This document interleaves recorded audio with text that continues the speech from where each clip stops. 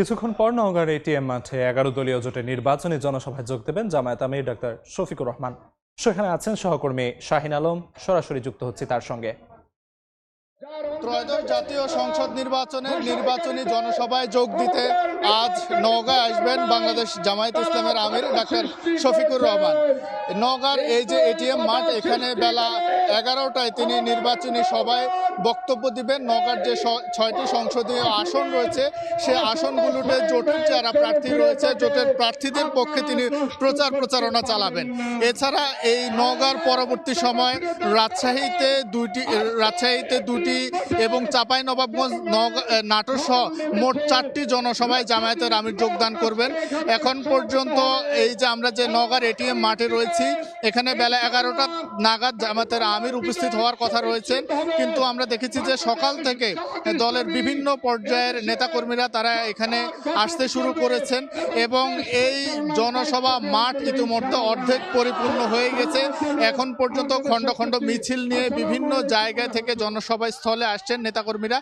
আমরা যদি বলি যে এই নওগাঁর টোটাল 6টি সংসদীয় আসন রয়েছে, সেই আসনগুলোতে যারা প্রার্থীরা রয়েছেন তারা ইতিমধ্যে কিন্তু এই যে মঞ্চ সেখানে এসে উপস্থিত হয়েছেন এবং পাশাপাশি জামাতের আমির এখানে যোগ দিয়ে সেই প্রার্থীদের পক্ষে তিনি প্রচারণায় অংশগ্রহণ করবেন, তাদের পক্ষে ভোট চাইবেন।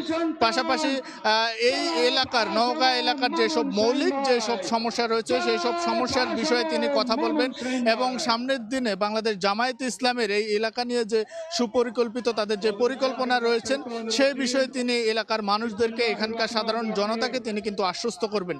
এক কথায় যদি বলা যায়, প্রোগ্রাম 11টা নাগাদ জামায়াতের আমির বক্তব্য দিবেন। ইতিমধ্যে মাঠ অনেকটাই পরিপূর্ণ হয়ে গেছে। এখন পর্যন্ত যারা নেতাকর্মীরা রয়েছে তারা এখানে খণ্ড খণ্ড মিছিল নিয়ে আসছেন।